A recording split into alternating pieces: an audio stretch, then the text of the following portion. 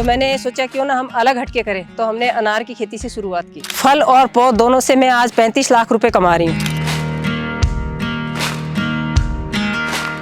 नमस्कार, मेरा नाम संतोष खेदड़ है। गांव बेरी, जिला सीकर, राजस्थान की मैं रहने वाली हूँ। मैं शुरुआत में तो पहले बारानी खेती किया करती थी और 2008 के अंदर मैंने अनार का बगीचा चुना, क्योंकि उसमें कोई इनकम नहीं हो रही थी। तो मैंने सोचा क्यों ना हम अलग हटके करें, तो हमने अनार की खेती से शुरुआत की। ये हमें उद्यान विभाग से मिले थे क्योंकि उद्यान विभाग से जब पेड़ आए तो हमने उनसे कहा कि भाई हमें भी अनार के पेड़ लगाने। तो उन्होंने रजिस्ट्रेशन किया और हमें 220 अनार के पेड़ दिए, जिसमें हमने 5 बीघा में लगाए थे और 5 बीघा में हमने बील पत्र लगाए थे। हमें सरकार का सपोर्ट चाहिए किसान को, तो हमें इस पे सब्सिडी मिली थी। तो सब्सिडी मिलने के कारण ही किसान कुछ कर सकता है, क्योंकि उस समय मेरे पास इतना पैसा नहीं था, ना हमारे पास इनकम थी। तो हमें इन पे सब्सिडी मिली और उसी के साथ हमने फिर जो ड्रिप सिस्टम लगाया उसी में भी हमें सब्सिडी मिली। तो इसलिए मैं चाहती हूँ कि जब हमें अगर कुछ करना है तो बूंद बूंद सिंचाई से करना है, तो एक तो हमारा पानी व्यर्थ नहीं जाएगा और हमारा पेड़ भी सेफ रहेगा। जब हमने अनार लगाए तो हमारे पास इनकम नहीं थी। जब 2011 के अंदर इन पे प्रोडक्शन आया तो हमें 3 लाख रुपए मिले। उसके बाद मैंने सोचा क्यों ना हम इसे ही आगे बढ़ा लें। तो उसके बाद 2011 के बाद हमने 13 के अंदर नर्सरी की शुरुआत की। तो हमने पहले अनार की पौध तैयार की, उसके बाद मैंने अपने खेत में मदर प्लांट लगाए, मौसमी के, नींबू के, सेब के, हर वैरायटी के, ताकि किसान को हर वैरायटी का पेड़ मिल सके। तो मैं अपने खेत के अंदर हर वैरायटी के पौध तैयार कर रही हूँ। इनका सर्कल ऐसे करते हैं कि हम 10 बाय 10 पे पेड़ लगाते हैं, और अगर जैसे सेब ज्यादा फैलता है तो हम उसकी 12 फीट दूरी रखते हैं ताकि वो मिल नहीं सके, और के बीच में इनमें घूमने का भी स्पेस चाहिए, क्योंकि अगर हम फल तोड़ेंगे तो उसमें घूमना तो पड़ेगा। तो इसलिए हम अलग अलग वैरायटी के पेड़ लगवाते हैं, मिक्स नहीं करवाते हैं। क्योंकि जैसे एप्पल का अलग हो गया, अनार का अलग हो गया, मौसमी का अलग हो गया, नींबू का अलग हो गया, इस तरह से अलग अलग वैरायटी के पौध जो हमें वो अलग अलग लगवाते हैं। शुरुआत में किसान के मेरे पास पैसा नहीं था, तो मैंने शुरू से सुना था कि भाई, पहले भी मैंने कभी डाला नहीं इसमें, क्योंकि आजकल लोग जो है यूरिया, DAP सब कुछ डाल रहे हैं, तो वो मैंने कभी नहीं डाला, जिससे मेरा पेड़ जो था वो बिल्कुल स्वस्थ था। और जो फल आए उसमें उनकी भी साइज अच्छी थी, क्योंकि उसमें मैंने जो गोबर की खाद थी उसमें गड्ढे में तैयार करके डाला और डिकम्पोजर बनाया, और उसके बाद से मैंने इनकी कटिंग की। उससे हमें बहुत फायदा हुआ। जो हमारी साइज थी आधा किलो की, 770 ग्राम तक की हमारी अनार की जो थी वो साइज गई थी। तो उस समय 2016-17 के अंदर हमारे जो प्रभुलाल सैनी जी थे, हमारे कृषि मंत्री जी थे, तो वो भी मेरे खेत में आए। उन्होंने पूरे खेत का भ्रमण किया और देख करके उन्होंने यही कहा, वास्तव में आपके जैसी अनार कहीं नहीं है। इससे मैंने फल और पौध दोनों से मैं आज 35 लाख रुपए कमा रही हूँ, क्योंकि फल से पहले इनकम कम थी, उसके बाद इन्हीं से मैंने पौधे तैयार करना शुरू कर दिए, तो उससे आज मेरी इनकम तिगुनी हो गई है। तो मैं चाहती हूँ कि क्योंकि किसान मेरा भाई है, जिस तरह से मैं दुखी हूँ, मेरे पास पैसा नहीं था तो मैंने बहुत दुख देखे हैं, तो किसान सारे दुख देखता है। कभी ओले गिर गए, कभी बरसात नहीं हुई, कभी खरपतवार हो गई तो वो फसल नष्ट हो जाती है। तो ये देख करके मुझे दुख होता है, क्योंकि किसान एक ऐसा है जो दूसरों को देता है, क्योंकि किसान पैदा करता है और दूसरों को खिलाता है। तो ये देख करके मैंने ये सोचा क्यों ना मैं और किसान भाइयों को आगे बढ़ाऊं। तो ज्यादा से ज्यादा मैंने किसान भाइयों को, महिलाओं को ज्यादा आगे बढ़ाया है, और मैंने अपने बच्चे को भी एग्रीकल्चर से BSc करवाया। तो BSc करवा के मैंने उसको ये नहीं कहा कि तू सरकारी नौकरी पे जा, क्योंकि सरकारी नौकरी पे तो नौकर बनने वाला काम हो गया और सभी के लिए सरकारी नौकरियां है नहीं। तो मैंने उसको इसी खेती में लगाया और आज वो खेत में पूरा काम कर रहा है। जो महिलाएं हैं, आज बहुत सी महिलाएं मुझसे जुड़ी हुई हैं। जैसे गुजरात से भी आती है मेरे पास, हरियाणा से भी आती हैं, राजस्थान से भी आती हैं, हर जगह से मेरे पास महिलाएं आ रही हैं, क्योंकि मैं महिलाओं को ज्यादा आत्मनिर्भर करना चाहती हूँ कि किसी के आगे वो हाथ नहीं फैलाएं, और महिला सशक्तिकरण सबसे ज्यादा जरूरी है। तो महिलाओं को अगर हम आगे बढ़ाएंगे तो ये हमारा ये जो परिवार है पूरा आगे बढ़ सकता है। तो इसलिए मैं हर जो युवा किसान भाई है, मेरी बहनें हैं, मेरी बच्चियां हैं, उनको मैं ज्यादा सपोर्ट कर रही हूँ, और हर बच्चे मेरे तरफ आ रहे हैं कि हमें अगर सरकारी नौकरी नहीं मिली तो हम खेती में अपना काम करेंगे। वो गणित ये था, पहले शुरुआत में जो था ये सही बात थी, क्योंकि किसान आत्महत्या इसलिए कर रहे थे कि बाजरा बो लिया उसमें कुछ हुआ नहीं, गेहूं बो लिया, लोगों से कर्जा ले लिया, तो कर्जे में किसान मारा गया, और मारने के बाद वो क्या करेगा, दूसरों को पैसे दे नहीं पाए तो वो आत्महत्या ही करेगा और क्या करेगा। उसके लिए हमने यही जरिया चुना है कि अलग हटके बागवानी में आएंगे, और हम जो रसायन डाल रहे हैं उसे नष्ट करेंगे। रसायन से कोई भी खेती नहीं करेंगे, जैविक तरीके से करेंगे। आज हमारा जो गेहूं है, अगर वो रसायन का अगर 2000 रुपए में जा रहा है तो हमारा जैविक तरीके से किया हुआ 5000 में जा रहा है। तो मैं और बागवानी में ला करके उन्हें ये सपोर्ट करूंगी कि बागवानी में आप पहले अपने बगीचा लगाओ, बगीचा तैयार करने के बाद उसी से हम अपनी पौध तैयार करेंगे, ताकि उसकी इनकम डबल कर पाएंगे। इसलिए किसान पहले की जो सोच थी वो बदल चुकी है किसानों की। ये हमारा खेती का जो ये है घाटे का सौदा नहीं है, हम इसी के अंदर सरकारी नौकरी से ज्यादा कमा सकते हैं। इनमें ज्यादा ये नहीं है कि हम इनकी रोकथाम नहीं कर सकते। जो देसी गाय का गोमूत्र है, इसमें नीम, आग, धतूरा डाल के अगर हम उसके स्प्रे मारेंगे तो इससे बिल्कुल कोई कीट नहीं बैठेगा। नहीं कीट बैठेगा तो उसमें कोई रोग नहीं आएगा। एक फेरोमोन ट्रैप आती है, उसे अगर हम जगह जगह लगाएंगे, 1 बीघा में 2 लगा देंगे तो उससे जो सारी मक्खियां हैं जो हमारा फल खराब करती हैं, तो वो उसमें आ जाएंगी, जिससे कि हमारा वो फल खराब नहीं होगा। मुझे ऐसा, हमारी जो सरकार है उन्होंने मुझे बहुत मौका दिया है महिलाओं को बताने का, और मुझे पढ़ाने का भी मौका दिया है, और हर जगह मुझे अवार्ड मिले हैं।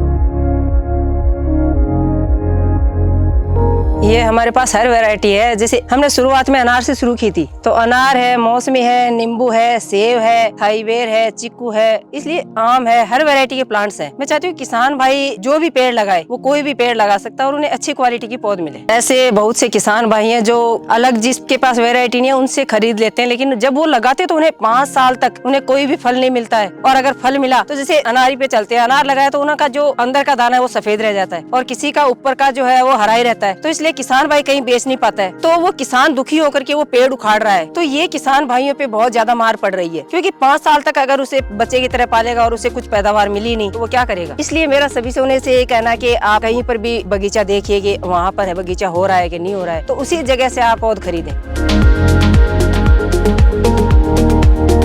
प्राइस में डबल का अंतर होता है। जैसे मंडी में ये जो रसायन का है वो 50 रुपए किलो बिक रहा है, तो हमारा 100 रुपए किलो जाता है, और एक हमें कहीं जाने की आवश्यकता नहीं पड़ती, क्योंकि कौन चाहता है अपने बच्चों को जहर खिलाना। हमारे बगीचे से ही सेल आउट हो जाता है कि हम उसे लेकर के कहीं भटकना नहीं पड़ रहा है, क्योंकि किसान के जो पैसा है वो अगर लेकर के जाएगा तो जो बिचौलिया है वो खा रहे हैं पैसा और किसान को कुछ नहीं मिल पा रहा है। तो इसलिए अपनी अगर इनकम बढ़ानी है तो अपने खेत में ही अपना मार्केट बनाओ। तो हमने अपना मार्केट अपने खेत में ही बना रखा है। ये सिंदूरी अनार है और संतोष खेदड़ के नाम से जो ये हमारी नर्सरी है ये चल रही है, और यहीं से अनार बगीचे के अंदर वो आते हैं और खुद ही लेकर के चले जाते हैं। भाई ये हो रहा है कि पहले तो जो किसान भाई थे ऐसे छिड़का करते थे, भाई छिड़क दिया रासायन, और अब जो किसान भाई हैं ये चाह रहे हैं कि दूसरों को किसी को पैसा नहीं दे, कुंड बना रखे हैं, तो उन्होंने यूरिया डाल करके, और वो ड्रिप सिस्टम से हो चाहे फुहारे से हो, इस तरह से डाले तो वो अंधाधुंध डल रहा है और उनका कोई काम में भी नहीं आ रहा है। तो वो जो धूप के अंदर है वो तो उड़ जाती है और उन्हें कुछ बच नहीं रहा, उनका पैसा भी डबल लग रहा है और वो अपने खेत को भी खराब कर रहे हैं। तो इसलिए मैं हर किसान भाई से ये कहूंगी कि क्यों ना आप अपने गौशाला से गोबर की खाद ला करके अपने खेत में क्यों नहीं डालते, तो आपकी बचत भी होगी और आपका खेत भी खराब नहीं होगा।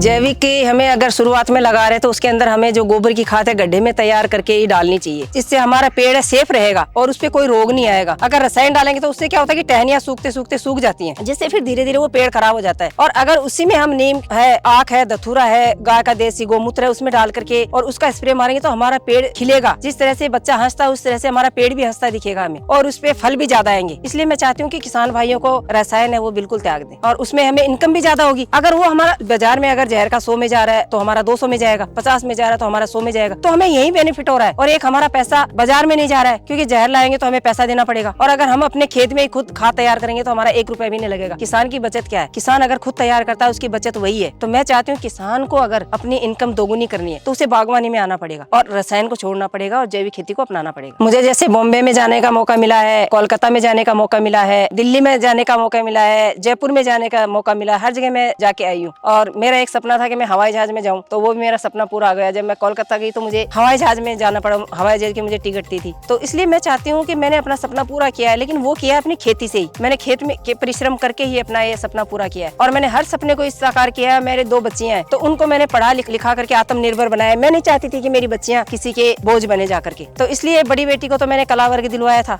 और मैंने उसको 551 पेड़ दहेज में दिए थे, तो आज वो भी बागवानी कर रही है। और छोटी बेटी जो थी उसे मैंने एग्रीकल्चर से BSc करवा के सुपरवाइजर बनाया है, और उसको भी मैंने पेड़ दिए थे, और वो नौकरी भी कर रही है और पेड़ भी तैयार कर रही है। जी, हमारा पूरा परिवार खेती से भी निर्भर है।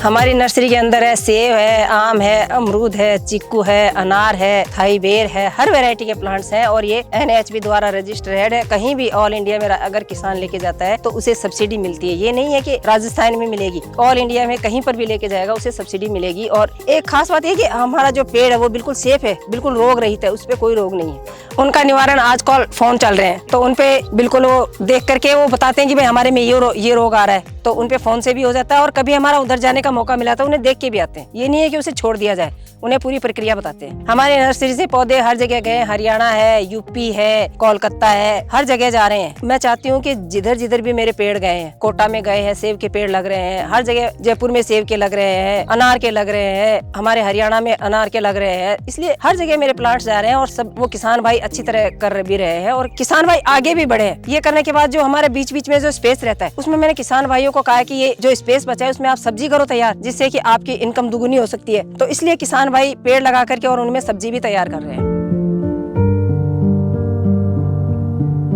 इसका ही कारण है कि जो हमने ड्रिप लगा रखी है ये गोल घेरे में, ताकि पूरे में नमी आए। ये नहीं कि एक ही जगह नमी चलती रहे और कई दौरों से करते हैं उसमें तो पानी खराब हो रहा है। तो इसलिए बूंद बूंद से बढ़िया पेड़ तैयार होता है। इसमें मेहनत कुछ नहीं लगती है। इसमें जैसे एक में 4 ड्रिप लगा दी तो वो पूरा पेड़ कवर कर लेगी, और 2 लगाएंगे तो 2 साइड की हमारी जो है वो सूखी रहेगी और 2 ही साइड गीली रहेगी। गर्मी में 3-4 दिन से दिया जाता है और सर्दियों में 8-7 दिन से पानी दिया जाता है, क्योंकि इनमें सिर्फ नमी की आवश्यकता है, इनमें ज्यादा भरने की आवश्यकता नहीं है। हमारे पास 220 ही नहीं है, हमारे पास इसमें टोटल 500 पेड़ तैयार हो रहे हैं। तो उनके अंदर हमारे सेब भी है, नींबू भी है, आम भी है, अनार भी है, मौसमी भी है। तो इनके अंदर हमारा टारगेट जाता है पूरा, हम टोटल अगर निकालते हैं, क्योंकि हमारा मैनेजमेंट निकलता है अनार, पूरा फल और पौध, इनसे पूरा टारगेट निकालते हैं। तो पूरा प्रतिवर्ष में पूरा जो निकलता है वो हमारा 35 लाख रुपए निकलता है। उसमें से अगर हम मजदूरी की बात करते हैं, क्योंकि अकेले तो हम कर नहीं सकते, इसमें मजदूरों को भी रखना पड़ता है। तो इसलिए एनी टाइम हम 2 या 5 मजदूर हमारे पास रहते हैं। तो उनको अगर निकालें तो साल में हम 5 लाख रुपए अगर उनकी आमदनी उनके निकालते हैं तो हमारे पास 30 लाख रुपए बस बचत में है। तो वो भी अगर हम कर रहे हैं, अगर ज्यादा मजदूर रखेंगे तो 25 बचेंगे। तो इसलिए हम खेती में, मैं चाहती हूँ कि अगर हम इस तरह कर रहे हैं, क्योंकि अगर मैं दूसरी जगह मजदूरी करने जाती और आज मैं 5 मजदूर रख रही हूँ तो उन्हें मैं मजदूरी दे रही हूँ। इसलिए मैं चाहती हूँ कि जब हमारे सरकार पूरा सपोर्ट कर रही है तो हम क्यों ना इसे अपनाएं। और नई नई टेक्नोलॉजी चल रही है, हमें कुछ ज्यादा मेहनत भी नहीं करनी है। जैसे रोटोवेटर आ रहा है खुदाई के लिए, हर जगह ड्रिप सिस्टम चल रहा है। तो नई नई टेक्नोलॉजी अपनाएंगे तो हम आगे बढ़ सकते हैं। इनकी जो होती है मैं जनवरी में होती है, क्योंकि जनवरी में पेड़ सोया रहता है, उस समय इनकी सबकी प्रूनिंग होती है। और फिर जब बसंत पंचमी आती है फरवरी में, तो उसके अंदर इनकी जो है फुटान और फ्लोरिंग स्टार्ट हो जाती है। इसलिए हमें जनवरी के अंदर मैं सभी कोई भी प्लांट हो उनकी कटिंग करनी चाहिए। नहीं, वो कोई दिक्कत नहीं है, चाहे किसान भाई 1 पेड़ लगाए या 10 लगाए, उसमें कोई दिक्कत नहीं है। फल हर पेड़ पे आएगा, ये नहीं है कि एक के साथ 2 लगाने पड़ेंगे आप, वो कोई दिक्कत नहीं है। मुझे हमारे जो पहले हमारे वेंकट नायडू जी थे, उन्होंने भी मुझे अवार्ड से सम्मानित किया। माननीय वसुंधरा जी थी मुख्यमंत्री जब हमारी, तो उन्होंने भी मुझे सम्मानित किया और हमें 1 लाख रुपए का जैविक खेती पे इनाम भी दिया गया। और उसी के साथ मुझे किसान वैज्ञानिकी की उपाधि दी गई कि आपने जो खेती में काम किया, आपने किसानों को भी, उन्होंने तो पढ़ के किसान बने और आपने खेती में करके ही मुझे किसान उपाधि दी गई। और उसी के साथ मुझे जॉबनर में भी अवार्ड दिया गया, दिल्ली में भी दिया गया, पूसा में भी एक मुझे नेशनल अवार्ड मिला था। तो जो हमारे बच्चे पढ़ रहे हैं उनमें एक क्वेश्चन भी बन गया है कि शुरू में किस महिला को नेशनल अवार्ड मिला है, तो संतोष खेदड़, वो भी मेरा क्वेश्चन भी बन चुका है। तो मैं चाहती हूँ कि खेती में काम करके हम क्या नहीं कर सकते, अपना पूरा सपना पूरा कर सकते हैं। मुझे 5 दिन के लिए कोलकाता में इनवाइट किया गया, तो मैं वहाँ 5 दिन उनके वहाँ मेहमान बन के रही। तो मेरा पूरा सपना जो है वो साकार हो गया। मैं चाहती थी कि खेती में ही करके मैं आगे बढ़ पाऊँ और मैं अपने बच्चों को पढ़ा पाऊँ, और मेरा पूरा परिवार, मेरा पति, मेरे बच्चे सब मेरे साथ हैं, तो मैं उनका सपोर्ट लेकर के आगे बढ़ पाई।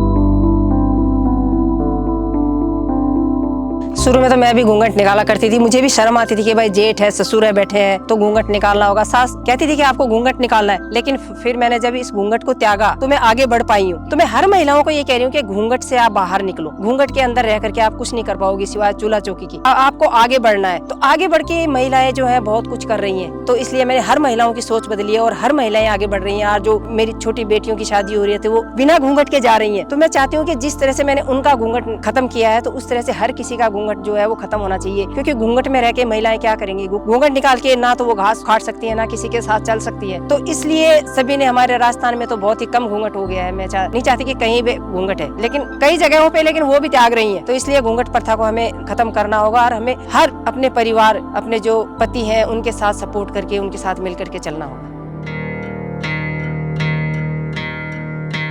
आज हमें बहुत खुशी होती है कि हम खेती में काम कर रहे हैं और आज हमसे इतने बड़े बड़े अधिकारी हैं, नेता हैं, सब हमसे यहाँ मिलने आ रहे हैं। तो मुझे बहुत खुशी होती है और मैं उतनी ही ज़्यादा मेहनत कर रहे हैं हम सब कि हम खेती में ज़्यादा से ज़्यादा मेहनत करें और सब लोग हमसे मिलने हैं ताकि हम उनको बता पाएं कि हम अपनी खेती से ही कितना कमा सकते हैं और कितना कुछ कर सकते हैं। तो ये मैं सब कर रही हूँ। इसलिए मेरे किसान भाइयों को सबके मेरे से यही विनती है, क्योंकि अगर हमें आगे बढ़ना है तो बागवानी में आना पड़ेगा और रसायन को त्यागना पड़ेगा, जैविक खेती को अपनाना पड़ेगा ताकि हम इससे आगे बढ़ पाए और अपनी इनकम है वो दुगुनी कर पाए। ये मेरा सबसे संदेश रहेगा। अब हमारे पास पहले 5 थी, अब 2 बीघा और बढ़ गई है। हमारे पास 7 बीघा जमीन हो गई है, जिसके अंदर हम 35 लाख रुपए कमा रहे हैं, जिसमें पूरा परिवार मेरा लगा हुआ है और हम इसी से ही सारा काम कर रहे हैं। उनको भी रोजगार दे रहे हैं और जो मेरे पास जो ये रोजगार करने आते हैं वो भी सब खुश हैं, क्योंकि जो हम जैसे बिल्डिंग बनाते हैं उसमें काम कर रहे हैं, उससे कहीं अच्छा हमारा आप बागवानी में हमें जो रोजगार देनी है वो बहुत अच्छा है, क्योंकि छाया के अंदर हमें काम करना है, आपका घास उखाड़ना है, तो वो बहुत खुश हैं। इसलिए मैं यही चाहती हूँ कि जिस तरह से मैं कर रही हूँ उस तरह से भी आप भी आगे बढ़ पाएं और अपनी पूरा परिवार एक साथ रख सकते हैं। और